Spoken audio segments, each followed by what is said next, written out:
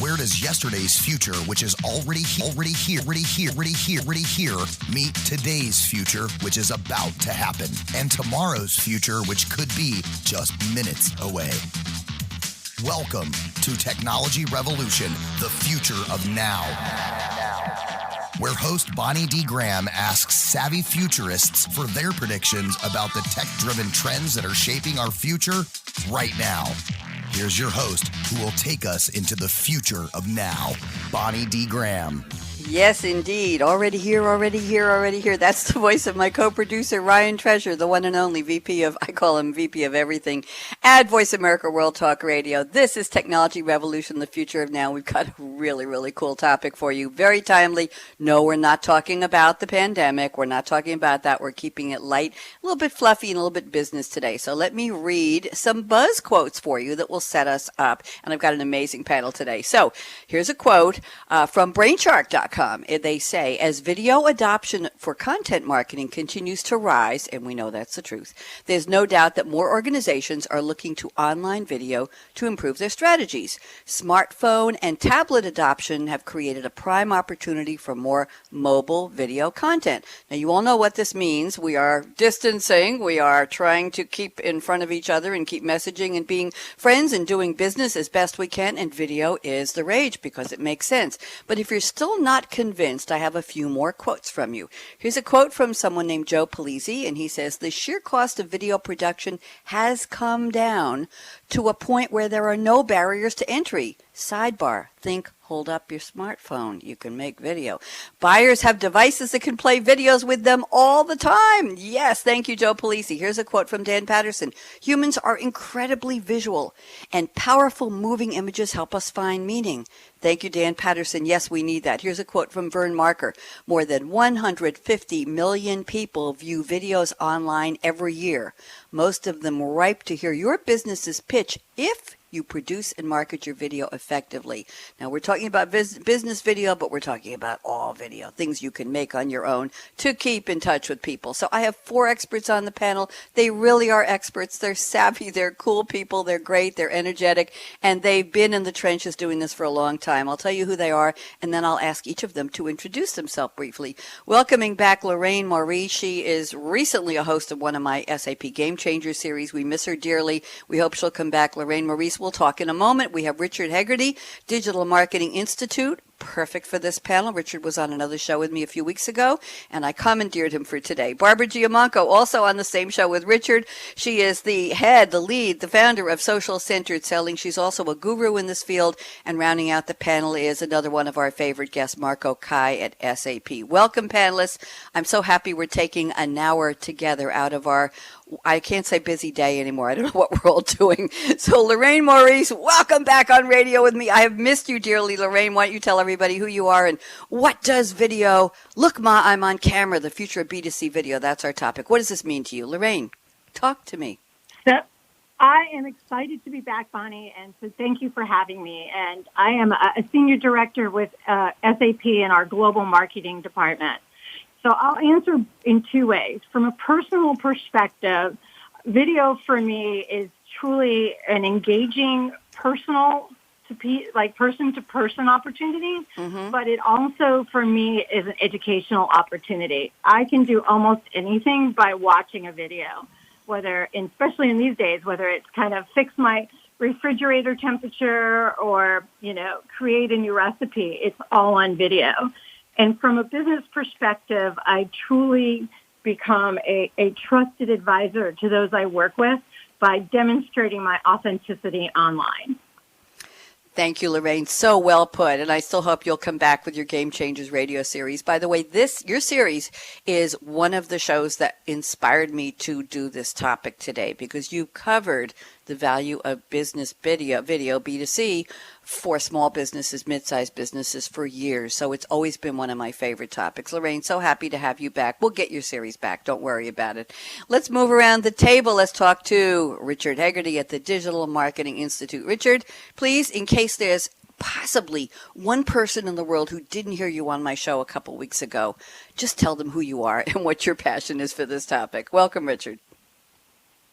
Sure, thanks, Bonnie. I thoroughly enjoyed being on the show and good to be back. Yeah, so I'm Richard Hegarty and I work at the Digital Marketing Institute, and we provide global training and certification training for digital marketers and social selling. So, I mean, my role is really managing new business there. So I spend my days and spent the last kind of 10 years in my sales career, 5 of those last years spent speaking with businesses and professionals globally around their strategy for upskilling. So video is really everything for me. I mean, obviously today more than ever, but it always has been for the last number of years, in terms of how I do my business, how I work with my global customers. We do always have in the last number of years been doing video conferencing calls, demos that I produce and implement, business webinar meetings. I'm quite international. I've traveled a fair bit, and I've lots of friends that have either moved abroad or friends I've met abroad. So I spend a lot of time using video to connect with them. And as Lorraine mentioned, and nice to meet her on the show. It's learning. I learn and upskill very visually. I learn by watching others or watching how to do something. So whether it's YouTubing how to fix something in the house or actually upskilling myself, video provides a platform for that. So really excited to be here and looking forward to speaking with the rest of the panel as well. Thank you so much. I love the learning aspect Lorraine mentioned and Richard echoed. Yes, we all look for how do I do this or that. Is it worth taking the back of the refrigerator apart because the ice maker is right now not working? Or can I call somebody now? Nobody will come to your house to fix it, but maybe we can figure it out. So there you go. Thank you both. Let's move around the table. Barbara Giamanco, I missed you. You haven't been on with me in 2 weeks, for goodness sake. What's going on? Barb, why don't you introduce yourself to everybody? I know the world knows you, but just let's pretend somebody doesn't. Go ahead. Thank you, Bonnie. That's so gracious. I appreciate it, and I'm glad to be back. So what everybody needs to know about me is my passion has always been about igniting sales transformation. It's a great profession to be in, although sometimes people still have some bias against us. So I've been, for 25 plus years, leading teams in corporate America and selling, my entire career, and now running my own business for about the last 8 to 10, close to 14 years now. I've been, a consultant and executive coach to sales and marketing leaders. The big thing that interests me about video, which sort of builds on what I believe in anyway, is that today it's really more than ever about messaging, perception, and, from a selling point of view, that prospect experience. What does that interaction feel like, whether it's B2B or B2C? And with all due respect to Mr. Paluzzi, who I think is an amazing guy, sure, we can make video easily, but if the quality sucks, are you really creating a great impression? And so I'm here to talk about why I think that's so important to get it right. Thank you. Good aspect there, Barb. I appreciate that. Yes, it is important, but we know that with the skills on smartphones today, supposedly almost anyone can produce a really good video. And I think the line in the sand, Barb, and everybody, is that if you're in a business and you want that quality, the authenticity Lorraine mentioned, the learning capability, a lot of the things Richard said, it has to be decent quality. It can't be sloppy. It can't be awful. And so what are some of the ways to fine tune whatever you can do? Low barrier to entry, maybe no barrier to entry, but it still has to look and sound good. Barb, you are so right. Thank you for that. Now, Marco Kai, we'd love to have you reintroduce yourself to my audience. Go ahead, Marco. Yeah, sure. Thanks for having me on the call again. Glad to join the call today. My name is Marco. I work for SAP Digital Enablement Service Team. Our commission is to transform our organization into digital-savvy, future-facing company that can totally handle the future competitions. So for me, the video, in a simple way, just put it simple, is just an absolutely dominating way of how information is carried in current days. But in a much deeper level, I think a video is actually impacting every aspect of our life. It's a new normal of our life. It's reshaping how the customer consider the buying journey, and also impacting people's mentality, how we behave, how we think, how we consume information. So in a deeper way, it's really I think it's safe to say it's really reshaping the future, where our future is going. There has been a lot of debates like how this is actually impact on the millennial, how they think, how they behave. So there could be a lot of different opinions. So I'm really interested and super excited to hear to what the other experts are thinking, and to exchange ideas how this is going to reshape our future of our business. Thank you, Marco. Great comments. I can tell everybody on the panel has a passion for the topic. That's why I invited you. Okay. And interesting, I've been producing my own cable access TV show for about 25 years, but when I was on Long Island, I moved to Durham, North Carolina about 2.5 years ago. When I was on Long Island, I had access to a wonderful studio about 1.5 miles from my house. We had a volunteer crew. People came in, anybody from 16 years old to 85 years old were my crew members, camera people and directors. Down here, they don't have that kind of volunteer support setup. So I'm producing in my home, and I'm using Zoom for remote guests. I'm projecting them from my iPad onto a 65-inch Samsung Smart TV. I have a Mevo camera across the room. We are filming them side by side with me at my desk and them on the TV as though we're side by side in a studio. I know it's a stretch of belief, but it works. And then I can see them across the room because the output from the Mevo on the director's iPad goes to another TV across the room from me, so I can see what we look like. It's quite jury-rigged, but it works pretty well. So I know.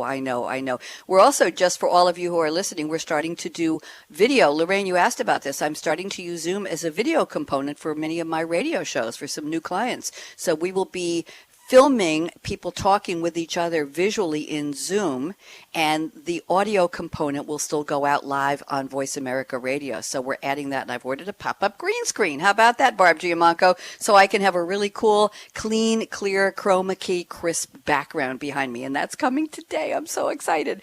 So thank you for letting me tell my side of the story here. Lorraine Maurice, you're up first. This is the part of the show where I've asked my panelists to send me a quote that has nothing to do with the topic, and they're going to explain. Let's keep it to about 2 minutes each because we have so much to talk about, what it has to do with our topic. Lorraine has picked a wonderful quote from Lewis Carroll, Alice in Wonderland. He wrote, and if you don't know who he is, Charles Lutwidge Dodgson, 1832 to 1898. His pen name was Lewis Carroll, English writer of children's fiction, notably Alice's Adventures in Wonderland and the sequel Through the Looking Glass. And here's the quote Lorraine picked. I love this, Lorraine. I can't go back to yesterday because I was a different person then. Lorraine, I want to sigh. This is so applicable today. Lorraine, talk to me. How'd you pick this, and what does it have to do with video?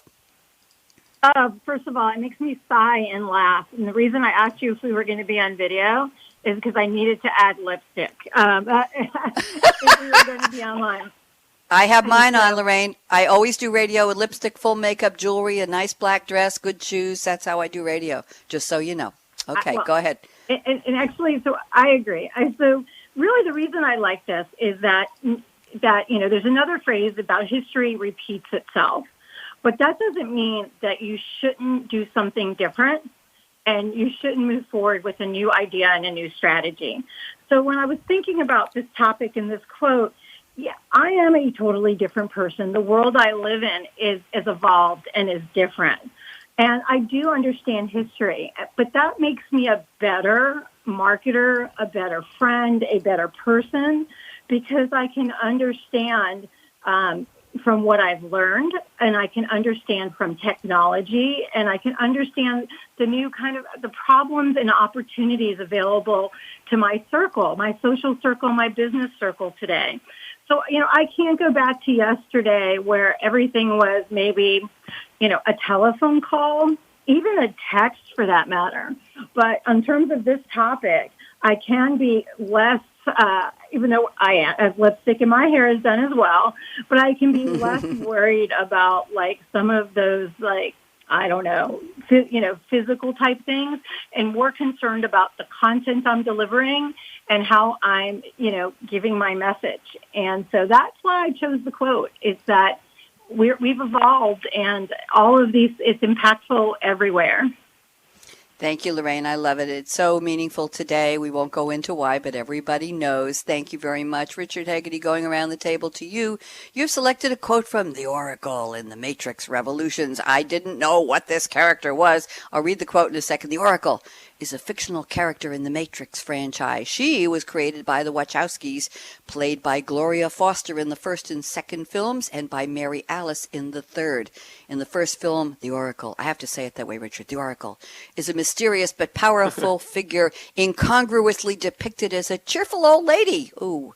Am I a cheerful old lady? I don't know. As a cheerful old lady, no. Who smokes cigarettes and bakes cookies? I just bake. She possesses the power of foresight. I think all quote-unquote old ladies have foresight, which she uses to advise and guide the humans attempting to fight the Matrix. Here's the quote. Everything that has a beginning has an end. Oh, Richard, I don't know if this is sad or prophetic. Talk to me. How'd we get this quote? Thanks, Bonnie. Yeah, well, it's optional how you want to look at it. So, I mean, well, I think it's comforting, especially in the present moment. That everything that has a beginning has an end. I think personally, on a personal note, I'm looking at this thinking if I could take that on board with things in my life, I'd be a happier guy. I suppose it's what I'm taking from that in the context of what we're discussing today and thinking about content. Thinking about content and content. In my mind, is telling a story. And in Ireland we like to tell stories. They've got to have a beginning, middle, and end. It's got to make sense. It's got to be able to connect with people. And I think the same is for content, video content, any content that we produce. And not to just produce it for the sake of it, to just get more content out, but to really try and think about, what's the story here? What are we telling? The same applies for everything that we're doing, with technology, with our strategy. It all has a beginning and an end. So I think we need to be really at least I need to be recreating myself, always willing to kind of go back and start again. If something's working, that's great, but there's going to be a new type of strategy, a channel, a way of doing something. So just to be open and fluid in that regard. So that's why I picked that today. Thank you. Love the quote. I don't know if it's happy or sad, but it's certainly interesting, and I know it's very, very true. Barb Giamanco has picked a quote from Tony Robbins. Anthony J. Robbins, born Anthony J. Mahavoric. He's very much alive and well, born in 1960. I get to call him a young man, Barb. American author, public speaker, life coach, philanthropist, known for his infomercials, his seminars, his self-help books, including Unlimited Power, published in 1987. That's a millennium ago. And Awaken the Giant Within, published back in 1993. He was listed in 2015 and 16 on the Worth Magazine Power 100 list. Here is the quote Barb has selected from the many quotable moments of Tony Robbins. Your life is controlled by what you focus on. Go ahead, Barb. What does this mean to us? Well, first of all, I've been a fan of Tony Robbins for forever, and believe it or not, my dog-eared copy of Unlimited Power sits on my desk, and I constantly flip through and find great things to think about. The reason why I feel like this is so important, regardless of the times, is I really am a believer that whatever we put our attention on, that's kind of what we draw to us. Not trying to be too new agey, but isn't it interesting that if you tend to go into life with a positive attitude and you look for the good and ways to be helpful and useful, you tend to attract, situations that are also positive. And I've seen the converse part of it be true. How does it fit our topic? Well, if you're thinking about it from a sales point of view, and especially if we're talking about video, what's your focus? Is your focus in service of current and future customers, or are you just trying to sell something? Is your focus on really being useful and thinking about what's important to the person that you're talking with? Or are you just trying to get something for yourself? So I think it's both an attitude and approach to life, but also to business. And I just thought it was applicable for today.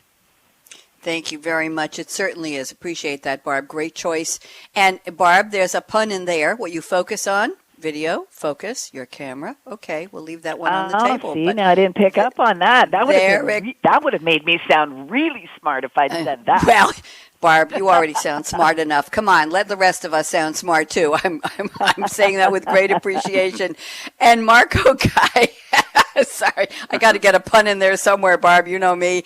Let's see what Marco Kai, he selected a quote somewhat similar to the others, but interesting, from Mahatma Gandhi, Mohandas Karamchand Gandhi, 1869 to 1948. 1948 was a very good year. Let's leave that alone. Was an Indian lawyer, an anti-colonial nationalist, a political ethicist who used nonviolent resistance to lead the successful campaign for India's independence from British rule. And anybody wants to know, Mahatma is Sanskrit for venerable or great souled. It was first applied to him in 1914 in South Africa, and now it's used all over the world. Here's the quote, another beautiful one Marco picked. The future depends on what you do today. Marco, talk to me. Video. What's the application? Yeah. Sure. So Gandhi is absolutely my inspiration. And I think the quote itself is quite self-explaining as well. It can apply to our personal life, like how we face to change in our lives, like when we need to make critical decisions.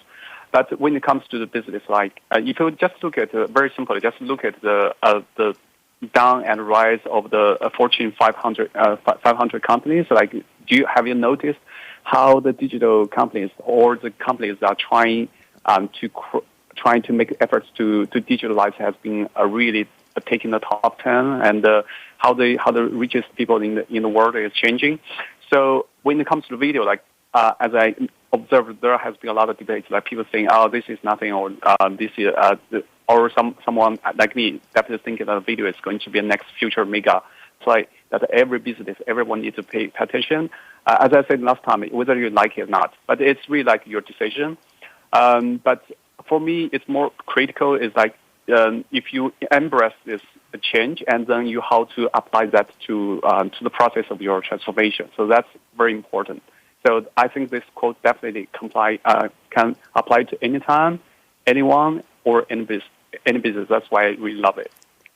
Thank you. And Marco, another reason I love the quote is because that's the theme of this radio series, Technology Revolution, the Future of Now. And in fact, yes, the whole point of this show is the future depends on what all of us do today, right here on the radio, our listening audience, our colleagues, friends, families. It's truer today in a very personal way for all of us than it has ever been before. I think I'm safe to say that. Thank you all. Great quotes. Twitter has frozen on me, so my tweet that is regarding all of your quotes is just sitting there kind of looking beige to me right now. I hope it picks up. So here we go. Let's go. We're technically in the roundtable portion of the show right now. We're making great time. So we are going to talk about the predictions from my panelists. If you're just tuning in, this is Technology Revolution, the Future of Now. We are live on March 25th, 2020. Oh my goodness gracious. And our topic today is, look, Ma, I'm on camera, the future of B2C video.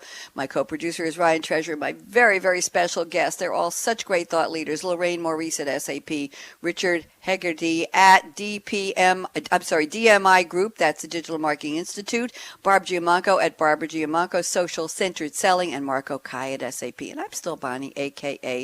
Radio Red, and Twitter's giving me another chance to tweet. Let's see if it goes this time. So Lorraine Maurice, you're up first. Let's go for your number one prediction. You sent a lot of good information here.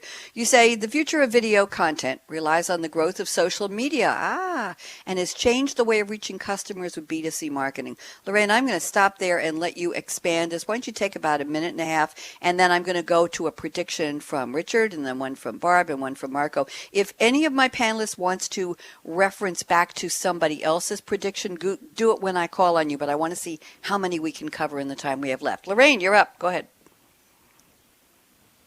Well, I don't know how many of you have under 15-year-olds, maybe even under 18-year-olds in your household, but all they do is watch videos. They don't even use some of the other media forms today. So they are completely socially ingrained. So it's whether it's a TikTok, which is a form of video, and even in some of the Snapchats, which is more video. These kids, up to millennials, are totally ingrained with the visual aspect of who they are and what they want to do and how they want to absorb information. So this is, again, I go back to using the words. My favorite word is, if you won't be able to tell, it's being a trusted advisor. If majority of our business is being done online as a consumer, what are we buying? What are we looking for? We want to be able to touch and feel, but we don't do that over the computer, right? Over the internet. So using videos allows us to become our new touch and feel. It shows us what we're looking at. There's so many different aspects to how you see a certain graphic. Like I bought my car recently online, and What? there was a salesperson. Yeah, there was a salesperson assigned to me. I did all my research, then a salesperson got assigned to me. Then they assigned a local dealer, and all I did was walk in, sign a paper, and walk out. But I was able to see a 360 view. I was able to look at every, nook and cranny. I was able to negotiate everything. And I think that's the world today, that people, number one, find their information online. That's nothing new to us. We do our research, but also video allows us, in my opinion, to have, it's the new touch and feel instead of being physically at some place. It gives you that opportunity. Lorraine, I have been seeing ads for, I think it's Lincoln is doing national network TV ads about buy your car at a distance online. And I was amazed at that. I thought, what a quick pivot of a marketing, right, Barb and Richard and Marco and Lorraine? What a great pivot of how to be timely and relevant to your customers in, I'll just say, the times we're living in right now. But Lorraine, I have one question for you.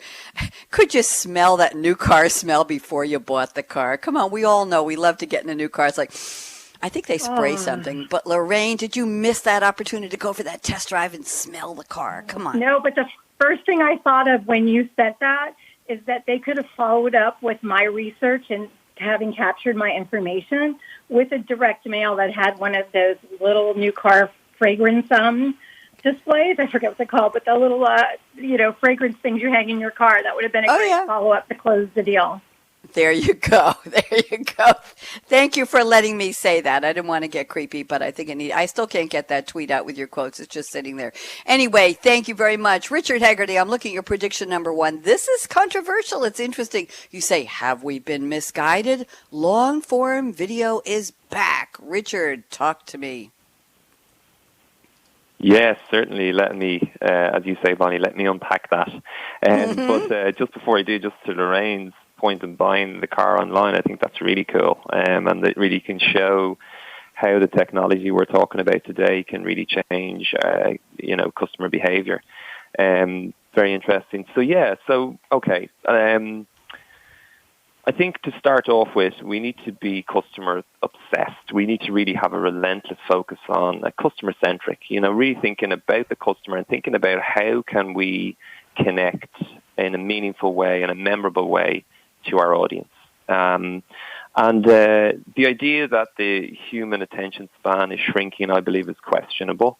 Now, short form video, there's no denying that this is important. Okay, so I'm not trying to say it's not, and it's easy to consume. We think about the social platforms that we spend our time in.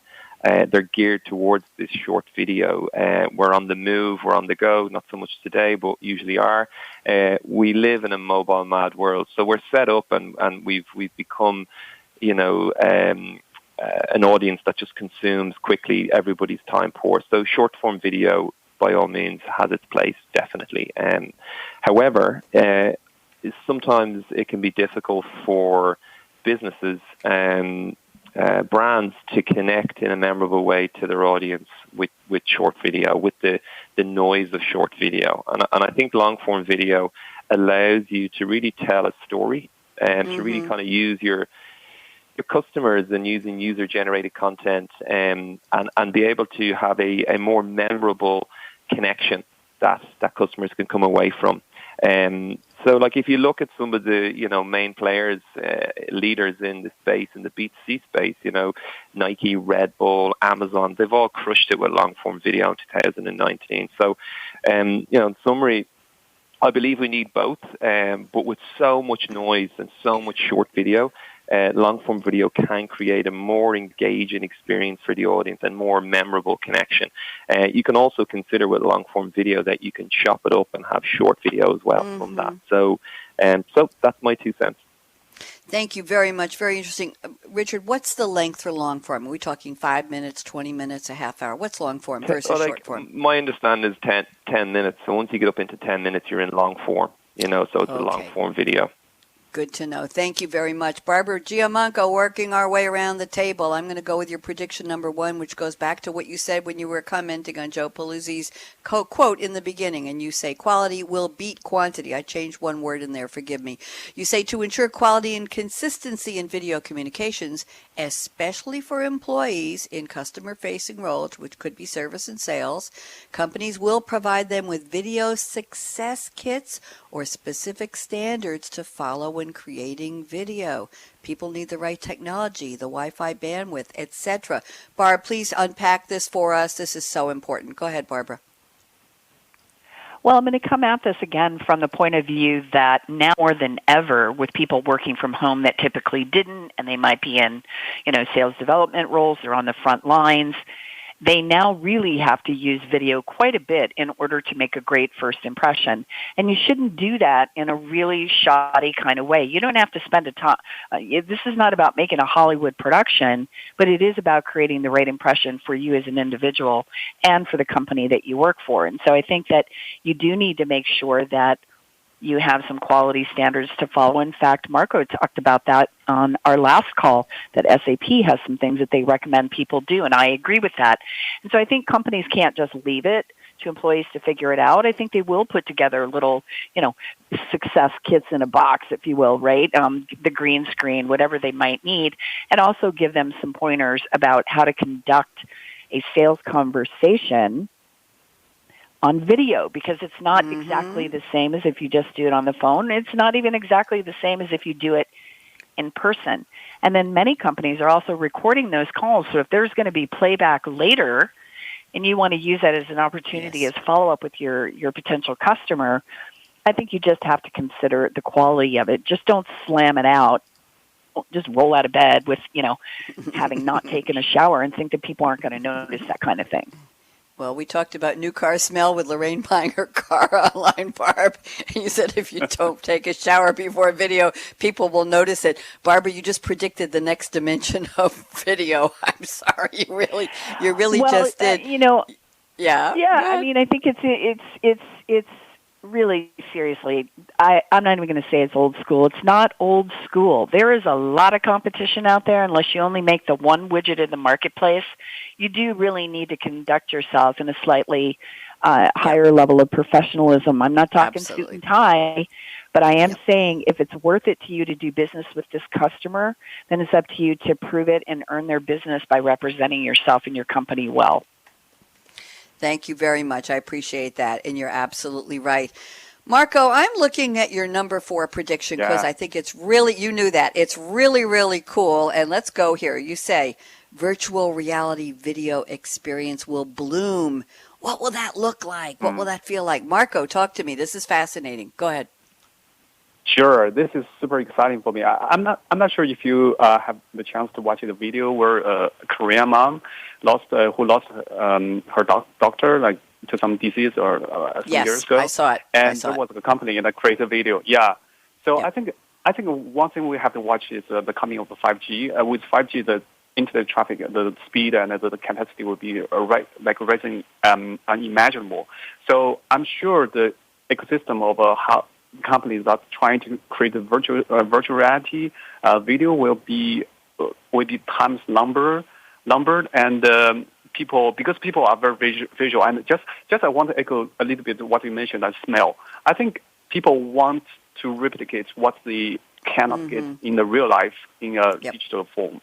So if one day we can create the sense and the not only the visual but only the hearing, the sense, the touch, and the smell in a virtual reality environment, that would just totally transforming humanity into the next level. So, but I think the key point is when the 5G is going to bloom. So that's the point. Thank you very much. I'm just going to go around the table on that one because it's very interesting. I did see that video, Marco. It was hard to watch. The mother watching a virtual reality version of what her daughter would be doing and what she would look like, and she had lost her to cancer or something similar, and it was very heartbreaking. I couldn't even watch the whole thing.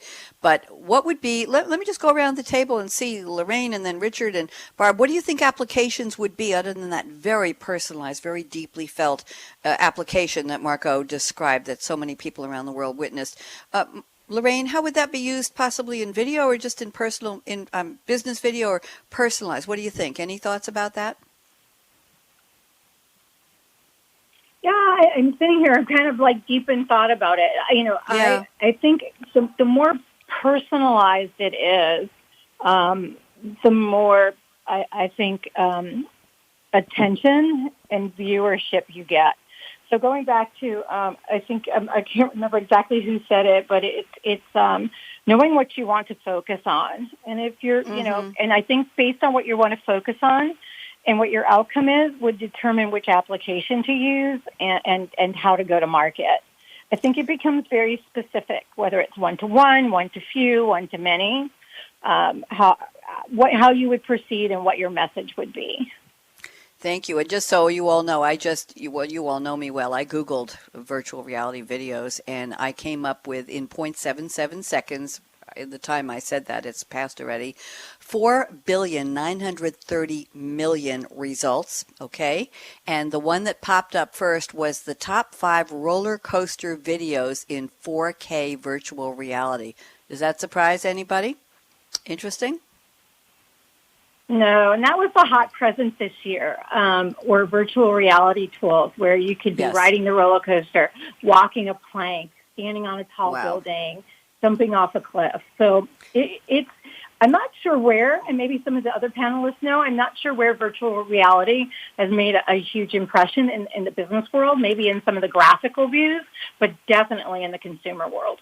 Absolutely. Richard, thoughts on that from your perspective at the Digital Marketing Institute about VR? What do you think? Are you seeing it in business, or is it off to the side? Go ahead. Yeah, it's interesting. I mean, I think we'll certainly, I believe we'll really see VR and AR, virtual reality and augmented reality, come into places that is inconceivable probably to how we think today. In terms of, adoption, I think it's still very much in its infancy, but lots of businesses are starting to use the technology. We talked about buying cars, online, and you see a lot of the leading brands using that virtual reality where you can sit and experience the car in a virtual setting. And also, Cisco, they've ran a conference before with virtual reality where you could go in as a customer and look through their products in in virtual setting. So I think it's really exciting, like, 5G, VR, AR, it's all kind of in its infancy and about adoption and technology. So I think that's what we're going to see really explode over the coming, years ahead. Thank you. Barb Giamanco, I bet you have something to say about this. What's your experience with, or your POV, personal opinion about, point of view about VR in business videos? What do you think? Well, I'll just stick with my theme of, the whole selling piece of it. I think one thing that would be really interesting is to, with all due respect to anybody listening who does demos, cut the boring demos and use virtual reality as a way to really bring a potential customer into the experience of integrating your product into whatever your business is, right? And sure, you can watch a video and you can get a sense of that. And sure, you could, get into the demo and look at how certain things are done. But what if you could actually walk on a shop floor and see it in action? Or what if you could really see what productivity gains were like real time in a virtual setting? That's just like top of mind. I mean, on the consumer side, I can think of all kinds of things like test driving your car and trying on clothes. But in the business world, I think there's an opportunity to further personalize in really interesting and creative ways, especially from a sales point of view. Thank you very much. Marco, that was a very provocative topic. Thank you for bringing that up. You knew I was going to go to that one first. Let's see if we can squeeze in a couple more predictions here. Lorraine, I'm looking at yours here. This is interesting. I'm going to go to your number 4 as well, Lorraine. Cisco predicts, I think Richard mentioned this, video will make up 82% of consumer internet traffic in the U.S. in upcoming years. It's highly effective, we know, in marketing, and it's very informative. Do you think this will be, Lorraine, let's take your prediction to a specific point here.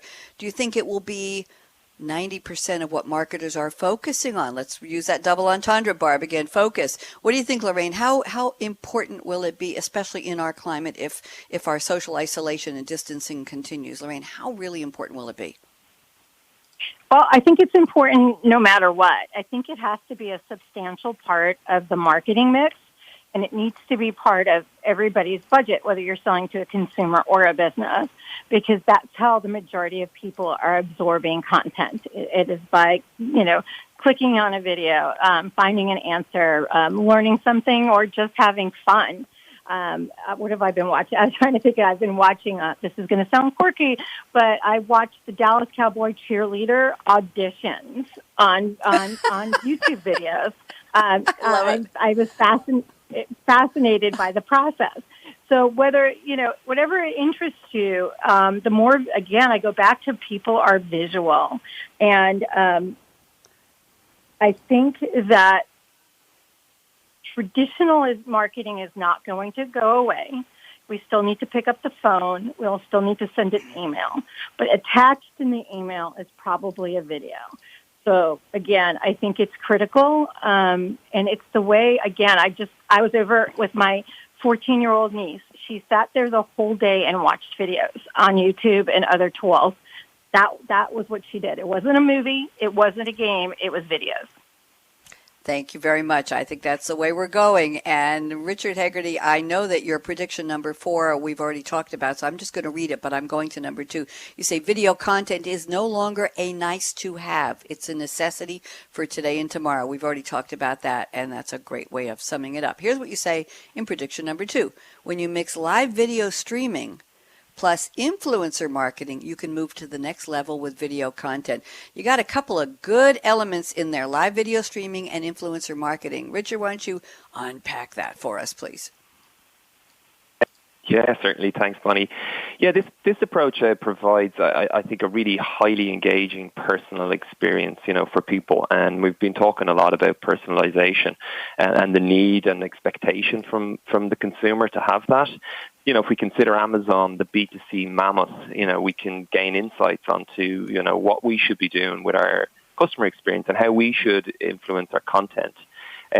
Amazon have built an empire through a frictionless, hyper-personalized experience for the consumer. So the bar has been set high when we think about that personal connection to people wanting to connect to your brands, your products, your services.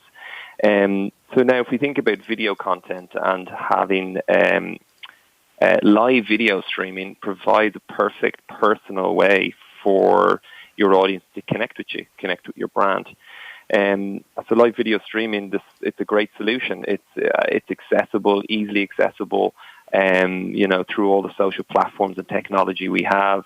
And I think, in the short to medium term, it's going to be very important.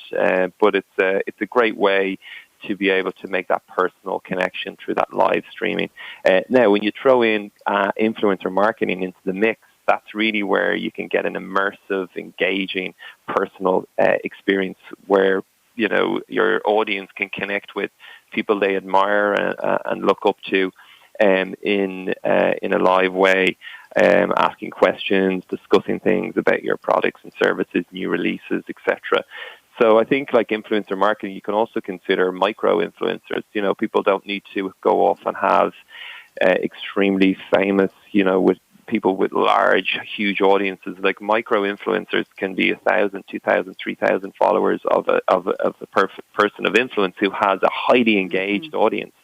And, if you're selling like photography training or something like that, and you've got somebody in that niche area who's got an audience of a couple of thousand that are highly engaged, that can be a really effective way to engage your audience in that kind of immersive, personal way. So I think when we consider hyper-personalization, that these two elements give us a perfect platform and way of doing that. Thank you very much. And Barb, I'm looking at prediction number 2, which is along similar lines. Companies will incorporate live streaming into their video strategy. But Barb, let's go to measurement. How do you count what you can and can't count? We all know about that old adage, and it's important. So your prediction number 3, Barbara, is companies will expect better data analytics to help understand what type of video content works and why. Barb, great comment here. What do you think? How will they get that analytics? Are they there yet? Well, yes, there are a number of companies like Brightcove and others that are building these platforms to help you get better analytics about video specifically. And one of the reasons why I thought it was important to talk about that is when we talk about video or when we talk about learning, people don't all consume content in the same way, nor do they always. So I get that a lot of the kids want to watch video first. I still like to read first and then immerse myself and try things, and then I'll go to the video if I need, say, tech help, right? Also, we need to recognize that in North America, video consumption is more prevalent than other areas of the world. And then add to that you got cultural differences in other areas of the world. So I think marketers in particular are going to want to know which content is working best for different regions and areas of the world, and then they'll adjust actually their strategy and where they invest their time and their funding and all of that sort of thing. So I think that's going to be really important. Assuming that everybody is going to consume it in the same way, I think is really dangerous, and so you're going to have to get more personalized. Thank you very much. Very, very interesting. I think we all know there are some companies that are using video responses to emails. I think you all know who I'm talking about, where you send an email and it says, "Hi, I'm out of the office. Can't talk to you right now.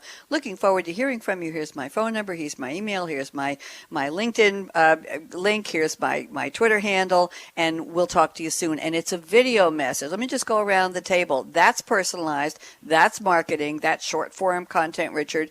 Let's start with Lorraine and quickly go around because we're almost at the end of the show.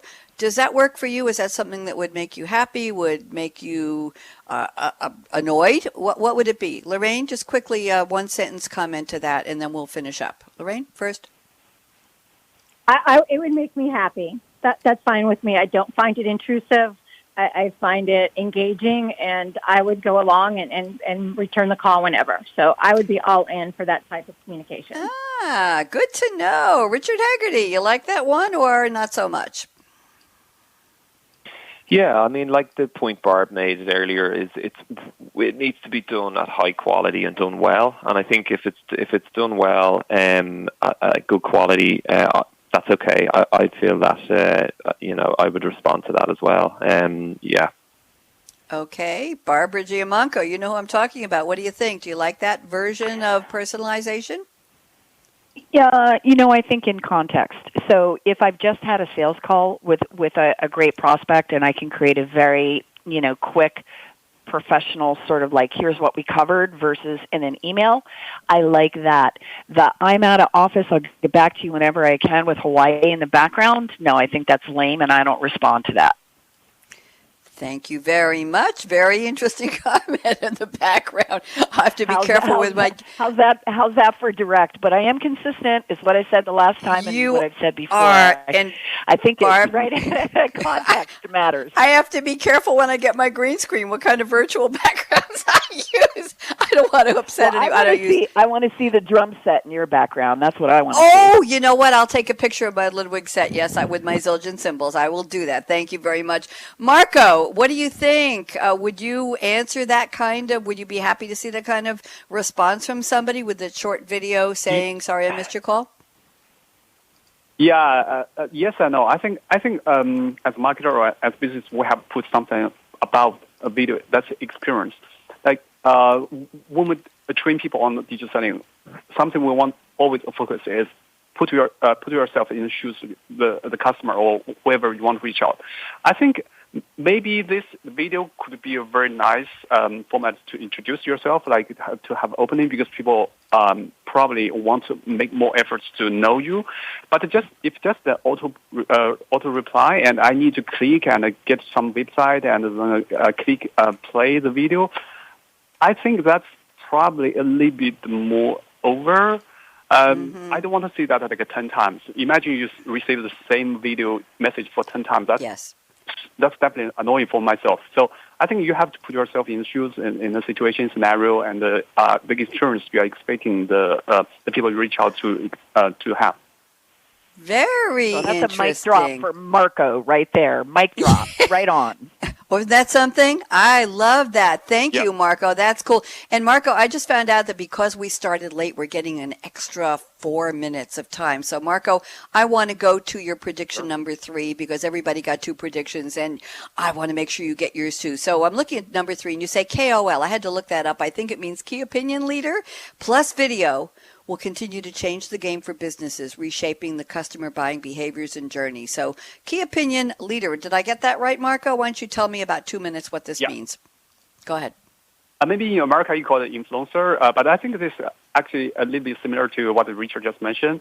I think my sister would definitely agree on this because, think about how girls pick up the customer or makeup, right? Before they go to Sephora and go to different stores and compare the colors and the textures, whatever.